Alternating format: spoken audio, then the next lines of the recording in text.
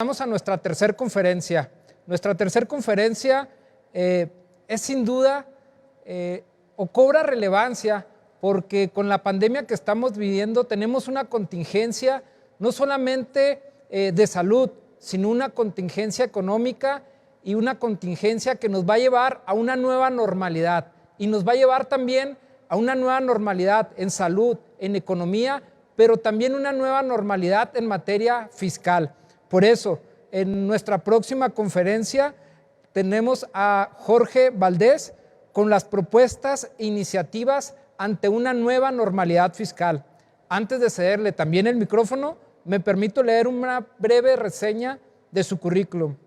Contador público certificado por el Instituto Mexicano de Contadores Públicos, especialidad en fiscal y maestría en impuestos en la Facultad de Contaduría y Administración, candidato a doctor por la Universidad de Durango Santander, catedrático titular en la Facultad de Contaduría y Administración del Instituto Tecnológico Superiores de Monterrey.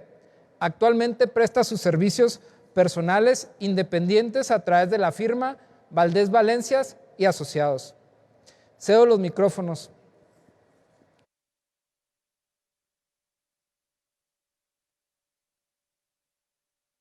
Muy buenas tardes, gracias a la Academia Chihuahuense de Estudios Fiscales por su invitación, particularmente al Consejo Administrativo, a Ángel de la Rocha, gracias por su presentación. En esta ocasión voy a hablarles de lo que estamos viviendo desde el punto de vista fiscal, que yo le he denominado propuestas e iniciativas ante la nueva normalidad fiscal. Mis compañeros expositores el día de hoy han platicado sobre algunos impactos económicos, algunas estrategias que se pueden seguir como consecuencia de lo que están sufriendo actualmente las empresas. En esta ocasión, pues no voy a hablarle del impacto que ha tenido la pandemia en cuestiones de salud, cuestiones psicológicas, de educación, familiares. Voy a hablarles específicamente de lo que es las propuestas e iniciativas ante la normalidad fiscal. ¿Qué significa esto? Que no podemos quedarnos con los brazos cruzados ante la situación que estamos viviendo. La nueva normalidad fiscal, pienso yo, y con la reserva de mis compañeros, de que no ha surtido efecto, no hemos podido avanzar. Un tema importante es que nos hemos querido comparar con otros países, con otras naciones. Hace algunos años que algún presidente de la República logró incluir a México en la OCDE, igualmente hacer un tratado con los países del norte. Nos sentimos americanos, nos sentimos norteamericanos, sin embargo, pues yo creo que todo en su justa medida.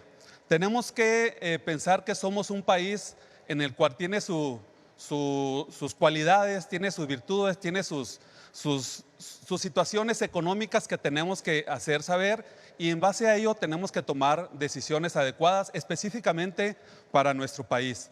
No podemos compararnos, repito, no podemos compararnos con otros países. Casi siempre estamos al final de la lista, pero no necesariamente significa que estamos mal. Entonces las decisiones que se tomen desde el punto de vista económico y fiscal tienen que ser de acuerdo al entorno que estamos nosotros viviendo. Voy a darles algunos datos.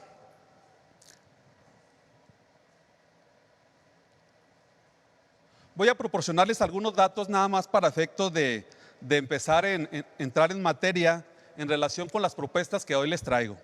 Si analizamos un poquito que en México el índice de pobreza es del 48.8%, el índice de pobreza patrimonial, pero si hablamos del índice de pobreza extrema, es decir, aquellas gentes que no tienen que comer o al menos tienen para comer, pero no tienen una casa, no tienen un piso en donde poner sus muebles, tienen una casa de 5x5, estamos hablando de 16.8%, un 21%, 21 millones de habitantes de México, de un total de aproximadamente 120 millones que viven en pobreza extrema y 61.1 millones que vivimos en pobreza, vamos a llamarle así.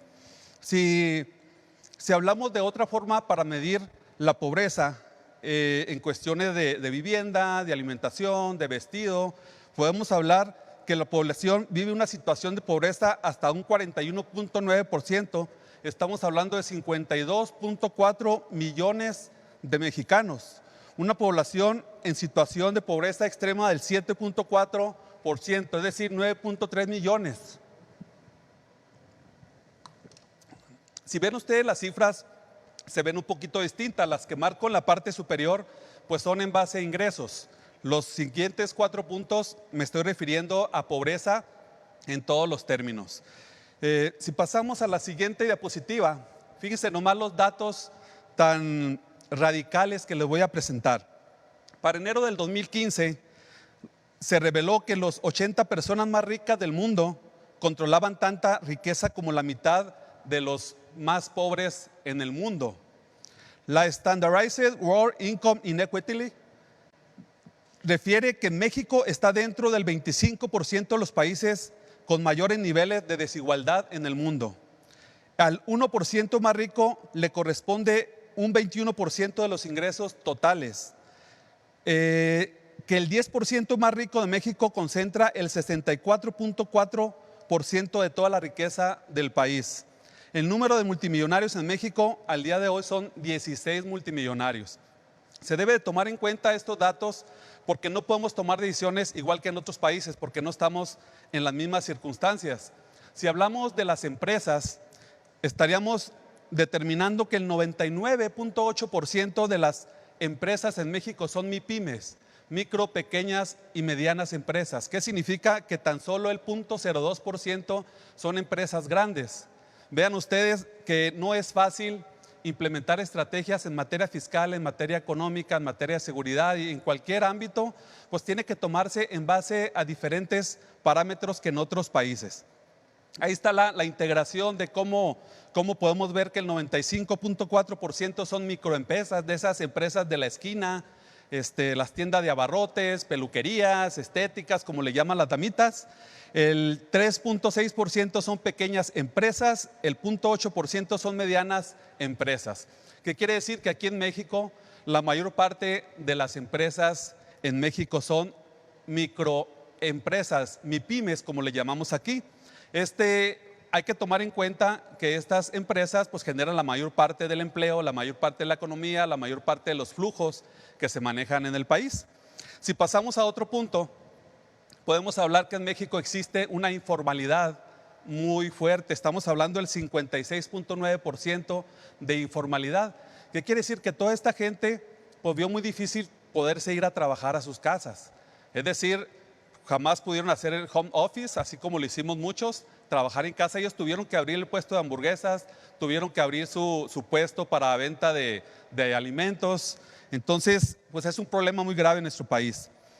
¿Qué soluciones le podemos encontrar a este tema? El primero, endeudamiento. Estamos endeudados hasta la camisa. Pienso yo que por ahí no es la solución. Reorientar el gasto. No hay ventas, los negocios cierran, no hay impuestos, no hay recaudación, no hay forma de apoyar a los pobres de los que hablábamos ahorita. Entonces es un problema bastante grave, por lo cual la reorientación del gasto se torna bastante complicado. Impuestos, que es el tema que a nosotros nos atañe y que somos especialistas en ello. Aumentar impuestos. Ya hablaban mis compañeros que no se puede aumentar impuestos. Afortunadamente, nuestro gobierno se comprometió a no incrementar los impuestos. Qué bueno, porque a lo contrario ya se hubieran aumentado. Se escucha por ahí en el argot de los contadores y abogados de un impuesto a la riqueza que tiene que ver con las herencias, en el cual, pues al fallecimiento de un contribuyente, pues los bienes que herede va a tener que pagar el heredero un porcentaje correspondiente al monto de esas herencias. Ya se han hecho las propuestas durante 3 años, no ha pasado por el Congreso afortunadamente, pero es algo que se ha estado insistiendo año con año y que es una recomendación de la OCDE, por lo cual pues no podemos dejar de esperar que pueda hacerse posible en algún momento, sobre todo que no estaríamos hablando del incremento de un impuesto o un nuevo impuesto, sino que simplemente se están eliminando prerrogativas que actualmente están establecidos en la ley del impuesto sobre la renta. Disminuir o diferir impuestos. También se han estado haciendo propuestas de disminuir la tasa del impuesto sobre la renta, disminuir el IVA. Pues es algo que realmente va a ser muy complicado, porque ahorita lo que busca el gobierno es recaudar, sobre todo ahorita que estamos en temas de pandemia, pues lo que quieren es recaudar para poder hacer una redistribución del gasto. Eficientar la recaudación. Ya nos habló por aquí el procurador en un principio que lo que buscan es combatir la simulación fiscal, combatir la venta de factura, las outsourcing, todos aquellos esquemas agresivos en el cual pues, se evade y se elude el pago de los diferentes impuestos. Evidentemente, pues tiene que seguir trabajando con ello. Los que no lo hacemos, pues seguramente estamos de acuerdo porque finalmente se retorna esa recaudación pues, en beneficio del pueblo. Y por último, un tema que me parece muy importante es compartir la riqueza, compartir la responsabilidad en cuanto a la generación del Producto Interno Bruto. ¿Qué significa esto?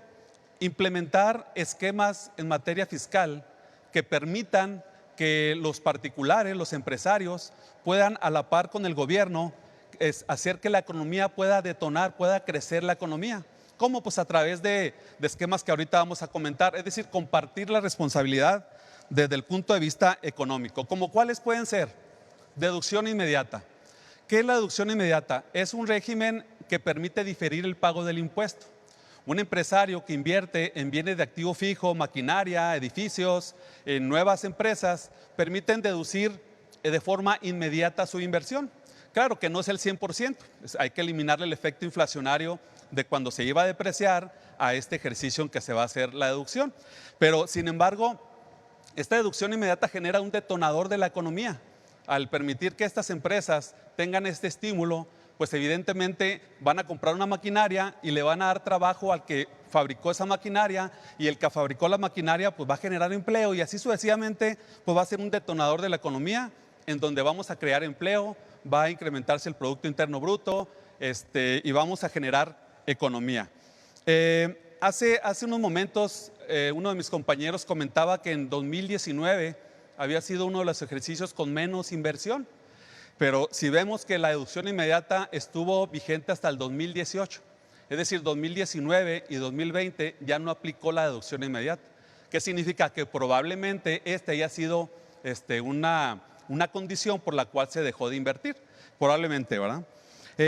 Tenemos como otro punto que les puedo comentar, pues es la consolidación fiscal. La consolidación fiscal, déjenme les platico. La consolidación fiscal es un régimen que neutraliza el pago del impuesto. Es decir, aquellos grandes empresarios de los que yo les comentaba, que son el 0.2%, son grupos de empresas muy grandes en la cual los accionistas participan en un porcentaje muy importante de las acciones. Estamos hablando del 51% hacia arriba. Ese régimen de consolidación se eliminó ya hace algunos años, para ser específico en el 2013. Ya no existe la consolidación fiscal y se implementó un nuevo régimen que le llamamos pues consolidacioncita, vamos a llamarle así, o es una especie de integración fiscal en el cual pues es una especie de consolidación pero a un porcentaje menor. ¿Qué quiere decir? Que en lugar de tener yo el 51% para poder consolidar, tengo que tener el 80%. Se reducen los plazos de diferimiento del impuesto de 5 años a 3 años. Pero, ¿qué significa esto? Y les voy a poner una anécdota que me tocó. En alguna ocasión en un periódico se publicó que el empleado con menor sueldo de la compañía había pagado más impuestos que la propia compañía, que era una compañía multinacional. Bien, esa nota causó mucho pánico en la comunidad. Sin embargo, ¿qué es lo que pasa ahí? Que esa compañía pues estaba aprovechando este tipo de estímulos de deducción inmediata, de consolidación fiscal, y evidentemente pues no estaba pagando el impuesto porque lo estaba difiriendo a un futuro. ¿Esto qué significa? Que evidentemente la persona que ganaba menos sueldo le retuvieron su impuesto sobre sueldos y pagó menos que la propia compañía. Pero esa compañía, al reinvertir las utilidades, pues dejó de pagar ese impuesto, pero la reinvirtió en una nueva sucursal, en maquinaria, optó por deducción inmediata y con eso generó empleo, generó riqueza, generó o participó en el incremento del Producto Interno Bruto. Entonces, la deducción inmediata, al igual que la consolidación fiscal, son regímenes que permiten diferir el pago del impuesto, pero que sí son un detonador de la economía y que hacen que estos empresarios compartan la responsabilidad con el gobierno. Tenemos esquemas como la repatriación de capitales. ¿Qué es la repatriación de capitales? Consiste en retornar al país las inversiones directas e indirectas, así como sus rendimientos. Hay empresarios mexicanos que se llevan sus capitales al extranjero. por seguridad o por rendimientos, ¿sí? Estoy hablando de inversiones directas e indirectas. Ha habido ya algunos decretos en donde permiten la repatriación de capitales. ¿Qué significa? Te doy un estímulo fiscal para que retornes tus capitales. Tráete tu capital, tráete tus rendimientos y te permito que pagues una tasa preferencial aquí en México. Yo creo que estamos en muy buen momento para que se haga eso, porque necesitamos dinero, necesitamos inversionistas, necesitamos que retornen nuestros capitales, necesitamos competir con los demás países, porque los demás países están haciendo lo mismo. En otros países existe la consolidación fiscal, en otros países existe la deducción inmediata. Entonces nosotros tenemos que ganarles el jalón, tenemos que hacerlo, estamos obligados a hacerlo. La zona franca. La zona franca pues es un área específica del país, del territorio, en donde se desarrollan actividades específicas con el propósito de apoyar a los mexicanos más vulnerables. ¿Qué significa esto? Que en lugar de estarle llevando cobijas año con año, en lugar de estarles dando alimentos a través de instituciones de beneficencia, pues es mejor crear una planta, una fábrica, una maquiladora, un área donde se pueda producir artículos y que puedan trabajar y generar economía. O sea, aparte de que pueden generar un sueldo y con eso mantener a sus familias. En otros países existen zonas francas. Tenemos, por ejemplo, en Colombia, que estamos hablando como de 120 zonas francas. Vamos a suponer que se establece un área delimitada en Chiapas, en la región Tarahumara, con el propósito de que acudan inversionistas y creen empleo en esas áreas. Hay otros países que lo están haciendo, ¿por qué nosotros no? Nosotros tenemos zonas francas, pero únicamente en la zona fronteriza para efectos de lo que son los impuestos al comercio exterior. Tenemos la tasa preferente del IVA del 8% en la zona fronteriza, se acaba este año. ¿Sí? Yo propongo, a reserva de lo que comenten mis compañeros, porque es una propuesta personal, pues que se prorrogue por más años, inclusive que se pueda extender la zona en la cual aplique ese 8%. Ok, deducción de colegiaturas. Actualmente las colegiaturas tienen un límite y no son deducibles las de las universidades. Ahorita el problema más fuerte que tenemos es la educación. La educación se está dando virtual, se está dando por televisión. Muchos no tienen ni televisión. Nosotros sabemos que la educación es los cimientos de la economía de un país. Si no hay educación, no hay economía. Entonces, pues, ¿qué tenemos que hacer? Pues darle la oportunidad a los particulares que junto con el gobierno puedan hacer frente a ese problema educativo. ¿Cómo? Pues a través de permitir que las colegiaturas sean deducibles al 100% y que se incluya el de las universidades. Con esto sería un gran apoyo para el mismo gobierno. Los donativos. Los donativos actualmente son deducibles hasta el 7%. Hoy por hoy necesitamos apoyar a los más vulnerables. ¿Y quiénes los apoyan? Las asociaciones civiles que se dedican a fines no lucrativos. Sí, que dan ayuda alimentaria, apoyos de médicos a los más vulnerables, a los que viven en pobreza extrema. Entonces, ¿por qué no hacerlo como existió hace muchos años? Poderlo deducir al 100%. Desde luego, pues ahora que nos presumen tanto de que están buscando la recaudación de impuestos, que está todo muy controlado y que la implementación de las tecnologías para evitar abusos en la contribución, la elusión fiscal, la evasión, pues bueno, pues darle la oportunidad que lo deduzcan al 100% con la debida reglamentación y la debida supervisión. Tenemos algunos estímulos que ya han existido en algunos años, como es el estímulo al primer empleo. Yo creo que al primer empleo yo le agregaría la permanencia y el primer empleo, para efectos de que las compañías no despidan a sus trabajadores. Al contrario, que se les dé un estímulo para que les den permanencia y además creen nuevas plazas de trabajo. Ayuda alimentaria, que se dé alimentos a aquellas instituciones que se dediquen a alimentar, como ya lo decíamos ahorita, a los más vulnerables, a los pobres, a los que no tienen para comer. Y un tema que me parece muy importante, estamos en un momento muy difícil a nivel mundial, algo nunca antes visto, algo que la verdad de las cosas los veo, me veo con tapabocas y realmente se me hace de película. ¿Por qué no entonces apoyar a esta área médica estableciendo estímulos fiscales para todo el ámbito que rodea al COVID-19? Estoy hablando de estimular a la fabricación de tapabocas en donde se den a precios accesibles, la fabricación y venta de respiradores artificiales. Pues estamos batallando por tener hospitales, tener respiradores artificiales. ¿Por qué no fomentar que se den estímulos fiscales para este tipo de productos?